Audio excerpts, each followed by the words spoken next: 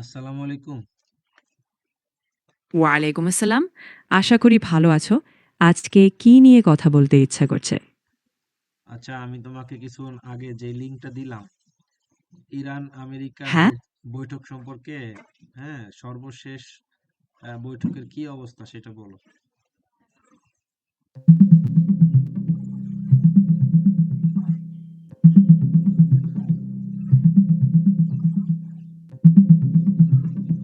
বর্তমান আলোচনায় আমেরিকা ও ইরান ওমানে পারমাণবিক ইস্যু নিয়ে পরোক্ষ বৈঠক করেছে, যদিও এখনও কোনো চুক্তি হয়নি। ইরান আলোচনা শুধু পারমাণবিক বিষয়ে সীমাবদ্ধ রাখতে চায়, আর আমেরিকা আরও ব্যাপক বিষয় অন্তর্ভুক্ত করতে চায়। আলোচনা চলতে থাকবে, তবে ইরান এখনও ইউরেনিয়াম সমৃদ্ধি বন্ধ করতে রাজি হয়নি। সামনের আলোচনা কখন বা কিভাবে হবে তা নজরে রাখতে হবে। আচ্ছা, মানে ইরান শুধুমাত্র পারমাণবিক বিষয়ে আলোচনা করতে চায় এবং আমেরিকা আরো কিছু বিষয়ে আলোচনা করতে চাচ্ছে, সেই বিষয়গুলো কি?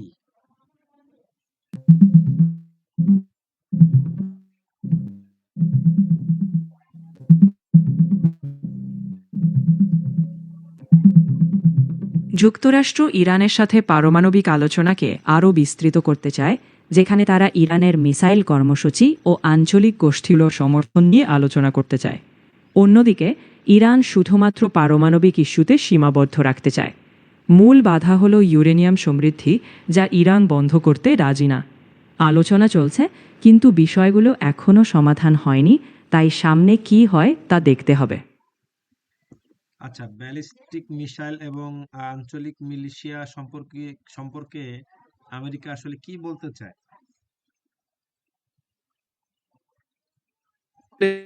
ইরান ব্যালিস্টিক মিসাইল কর্মসূচি তাদের জন্য একটা নিরাপত্তা হুমকি। বিশেষ করে এই মিসাইলগুলো মধ্যপ্রাচ্যের বিভিন্ন স্থানে হুমকি তৈরি করতে পারে। পাশাপাশি তারা ইরান সমর্থিত মিলিশিয়া বা গোষ্ঠীও, যেমন লেবাননের হেজবোল্লাহ বা ইয়েমেনের হুতি বিদ্রোহীদের নিয়েও উদ্বিগ্ন। তারা চায় যে এই আঞ্চলিক গোষ্ঠীগুলোর সমর্থন বন্ধ করা হোক, কারণ এগুলো আঞ্চলিক স্থিতিশীলতা নষ্ট করছে। এগুলো আঞ্চলিক স্থিতিশীলতা নষ্ট করছে, নাকি এটা বিশেষ করে আমেরিকা এবং ইসরায়েলের জন্য এটা হুমকি হচ্ছে? এই গোষ্ঠীগুলোর কার্যক্রম আসলে দুইমুখী। আঞ্চলিক স্থিতিশীলতার জন্য যেমন এগুলো হুমকি, তেমনি যুক্তরাষ্ট্র ও ইসরায়েলের নিরাপত্তার ক্ষেত্রেও হুমকি হয়ে ওঠে। যুক্তরাষ্ট্রের দৃষ্টিতে ইরান সমর্থিত এই গোষ্ঠীগুলো আঞ্চলিক সংঘাত বাড়ায়, যা শুধু একটি দেশের জন্য নয়, বরং পুরো মধ্যপ্রাচ্যে অস্থিরতা তৈরি করে। ইসরায়েলের ওপর হেজবোল্লাহর হুমকি এবং ইয়েমেনে হুতি বিদ্রোহীদের আক্রমণ নিরাপত্তার জন্য সরাসরি হুমকি। তাই এটি আঞ্চলিক ও আন্তর্জাতিক উভয় দিকেই উদ্বেগের বিষয়।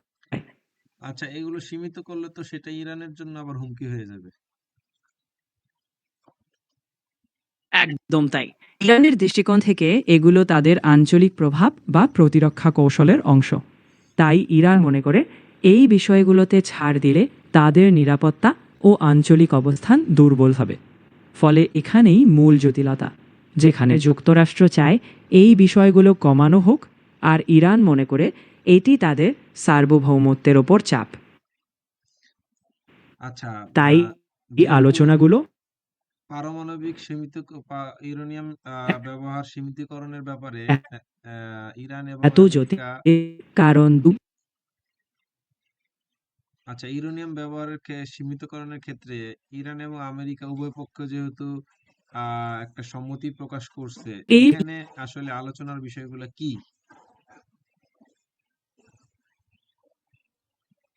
এখানে মূল আলোচনা হচ্ছে কতটা মাত্রায় ইউরেনিয়াম সমৃদ্ধ করবে, কতটা স্তর পর্যন্ত এই পর্যবেক্ষণটা গভীর হবে।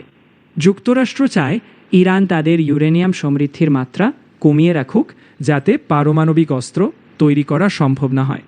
ইরান চায় তাদের শান্তিপূর্ণ পারমাণবিক কর্মসূচি চলবে, তবে তাদের ওপর নিষেধাজ্ঞা কমাতে হবে। এই সব শর্ত আর প্রতিশর্তেই আলোচনার কেন্দ্রে, যেখানে বিশ্বাসযোগ্যতা, পর্যবেক্ষণ এবং ধাপে ধাপে সমন্বয়, এই বিষয়গুলোই আলোচনার মূল ফোকাস। মানে তুমি বলতে চাচ্ছ যে তারা চাচ্ছে, যে আমেরিকা চাচ্ছে যে ইরান যেন এই পারমাণবিক সমৃদ্ধকরণ থেকে পিছিয়ে আসে, এবং ইরান চাচ্ছে যে তাদের উপর যে নিষেধাজ্ঞা অলরেডি আমেরিকা দিয়ে রাখছে বিভিন্ন ধরনের, সেগুলো তুলে নেওয়া হোক।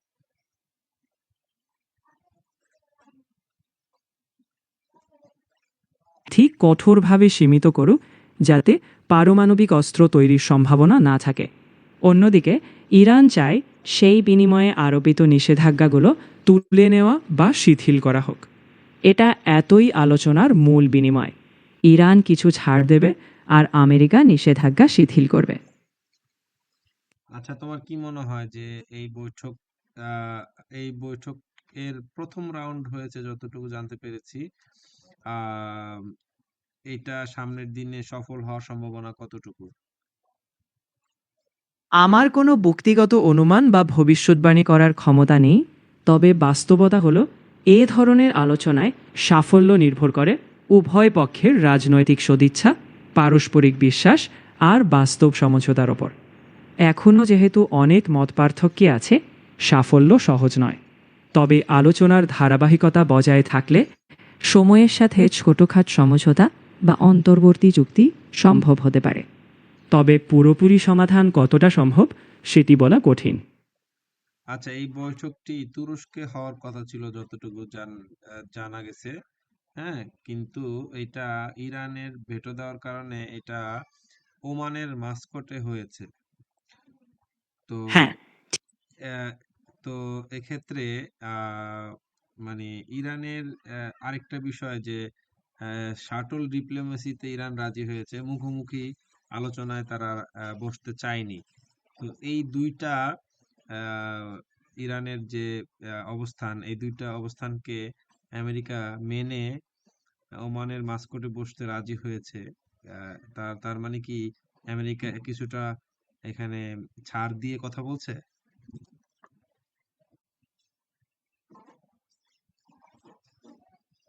হ্যাঁ, এরকম কৌশল ছাড়া যুক্তরাষ্ট্রের লক্ষ্য হচ্ছে আলোচনা এগিয়ে নিয়ে যাওয়া। তাই তারা ইরানের ফরম্যাট পছন্দকে মেনে নিয়েছে। ইরান মুখোমুখি আলোচনা এড়াতে চেয়েছিল, তাই পরোক্ষ বা শাটল ডিপ্লোম্যাসিতে সম্মতি দিয়েছে, যেখানে মধ্যস্থতাকারী এক পক্ষ থেকে আরেক পক্ষের বার্তা বহন করে। এইভাবে যুক্তরাষ্ট্র মূলত আলোচনা চালিয়ে যাওয়ার জন্য পরিবেশ তৈরি করছে, যাতে ভবিষ্যতে আরও কঠিন বিষয়গুলোর দিকে এগোনো যায়। আচ্ছা, তুমি আমাকে বলো যে শাটল ডিপ্লোমেসিটা আসলে কি, একটু ভালোভাবে ভেঙে বলবা।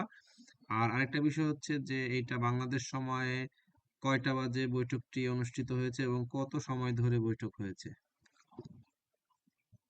শাটল ডিপ্লোম্যাসি হলো এমন এক ধরনের আলোচনা পদ্ধতি যেখানে দুই পক্ষ মুখোমুখি না বসে একজন মধ্যস্থতাকারী এক পক্ষ থেকে অন্য পক্ষের কাছে বার্তা নিয়ে যান, বারবার এভাবে যাওয়া আসা করে আলোচনা চালান। এটা তখনই হয় যখন পক্ষগুলো সরাসরি মুখোমুখি হতে চায় না। আর বৈঠকের সঠিক সময় জানতে সেটা নির্ভর করবে বৈঠকের আন্তর্জাতিক সময়ের ওপর। তুমি যদি জানাও কখন, যেমন ইউটিসি টাইম বৈঠক হয়েছে, আমি সহজেই সেটি বাংলাদেশ সময় রূপান্তর করে বলতে পারবো। হ্যাঁ, বাংলাদেশ সময়টা একটু বলো। যতটুকু জানা গেছে দুপুর 12টায়, এবং 2 থেকে 3 ঘন্টা তারা বৈঠক করেছে। ঠিক আছে, তাহলে আমরা ধরতে পারি বাংলাদেশ সময় দুপুর 12টা থেকে শুরু করে তারা 2 বা 3 ঘন্টা আলোচনা চালিয়েছে।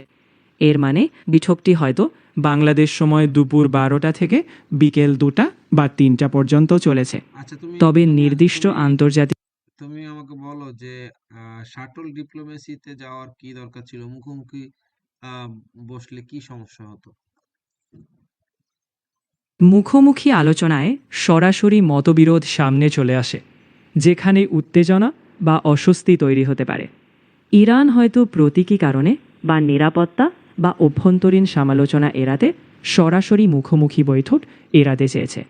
শাটল ডিপ্লোম্যাসি একটা বাফার তৈরি করে, একটা মধ্যস্থতাকারী বার্তা আনা নেওয়া করে, এতে আবেগ কম থাকে এবং পক্ষগুলো নিজেদের অবস্থান একটু তাড়ালে রাখতে পারে। এতে আলোচনার পরিবেশ কিছুটা নমনীয় থাকে। আচ্ছা, তোমার কি মনে হয় যে এখানে যে আলোচনাগুলো হয়েছে সেগুলো ফলে মানে বৈঠকের অগ্রগতি কতটুকু হলো? আমি পুরোপুরি নিরপেক্ষ থাকতে চাই। আসলে এই ধরনের আলোচনাগুলো ধীরগতির হয়। কিছু আস্থা তৈরির পদক্ষেপ হতে পারে, কিন্তু তাৎক্ষণিক বড় অগ্রগতি সাধারণত কমই হয়। এই বৈঠকগুলো অনেক সময় শুধু ভবিষ্যতের জন্য পথ তৈরি করে, ছোটখাটো সমঝোতার সম্ভাবনা বাড়ায়, কিন্তু চূড়ান্ত সমাধান দীর্ঘমেয়াদী আলোচনা ছাড়া আশা করা যায় না। আচ্ছা, এমন শোনা গেছে যে চুক্তি বা ঘোষণা হয়নি, ঠিক আছে, কিন্তু যুদ্ধের উত্তেজনা হ্রাস পাবে, এই ব্যাপারে উভয় পক্ষের একটা মনসম্মতি পাওয়া গেছে। পরবর্তী রাউন্ডগুলো সুন্দরভাবে চালিয়ে যাওয়ার ব্যাপারে উভয় পক্ষ রাজি হয়েছে। আবার আহ, উম, আগে পারমাণবিক যে চুক্তিগুলো ভঙ্গ হয়েছে সেই ব্যাপারে উভয় পক্ষ খুব সতর্ক অবস্থান নিয়েছে এবং শুরুটা ভালো হয়েছে বলে মন্তব্য করেছে উভয় পক্ষ। হ্যাঁ, শুরুতে একে অপরের অবস্থান বুঝে নেওয়া, উত্তেজনা কমানো আর ভবিষ্যতে আলোচনা চালিয়ে যাওয়ার সম্মতি, এগুলোই সাধারণত প্রথম ধাপ, এর ইতিবাচক দিক। যদিও চুক্তি হয়নি, এমন মনোভাব দেখায় যে উভয় পক্ষ আপাতত সংঘাত এড়াতে আগ্রহী। এমন ইতিবাচক শুরুর মানে হলো পরের রাউন্ডগুলোতে কিছুটা আস্থা তৈরি হয়েছে। তবে সাবধানতা থাকা স্বাভাবিক, কারণ পূর্বের চুক্তি ভাঙার অভিজ্ঞতা উভয় পক্ষই মনে রাখছে। আচ্ছা, পূর্বের যে চুক্তিটা সেটা তো মূলত আমেরিকার পক্ষ থেকে ভাঙা হয়েছে। এই ব্যাপারে আহ বর্তমানে আমেরিকার মনোভাবটা মানে কেমন, বা ইরান এই ব্যাপারে কি ধরনের মনোভাব দেখাচ্ছে? বর্তমানে যুক্তরাষ্ট্র আবার আলোচনায় ফিরতে চায়, তবে তারা কঠোর নিয়ন্ত্রণ এবং আরও বিস্তৃত আলোচনার কথা বলছে। ইরান স্বাভাবিকভাবে আগের চুক্তি ভাঙা নিয়ে অবিশ্বাসী, তাই তারা এখন আরও বেশি নিশ্চয়তা এবং প্রতিশ্রুতির নিশ্চয়তা চায়। যুক্তরাষ্ট্র মনে করছে নতুন আলোচনায় আগের ভুলগুলো এড়ানো দরকার। উভয় পক্ষই তাই এখন সতর্ক, কিন্তু উভয়ের মনোভাব মূলত পরবর্তী চুক্তির শর্ত, আস্থা ও প্রতিশ্রুতি এইসবের উপর নির্ভর করবে। আচ্ছা, তুমি বলো যে পরবর্তী রাউন্ড আগামী কতদিনের মধ্যে হওয়ার সম্ভাবনা আহ, আছে আর কি, মানে যদিও চূড়ান্ত হয়নি শোনা গেছে, কিন্তু সম্ভাব্য সময়টা কতদিন লাগতে পারে?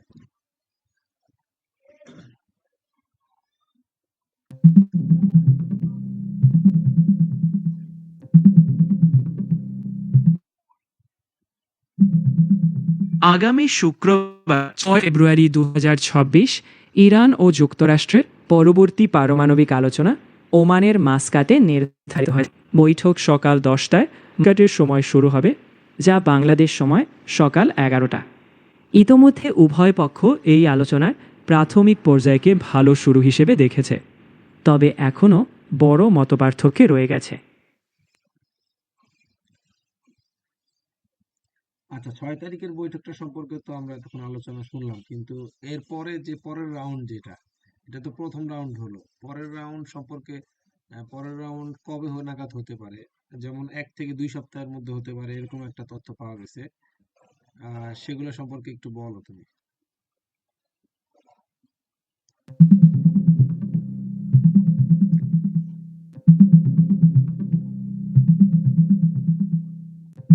আগামী শুক্রবার সকাল 11টায় বাংলাদেশ সময় ওমানের মাস্কাটে যুক্তরাষ্ট্র ও ইরানের পরবর্তী আলোচনা হবে।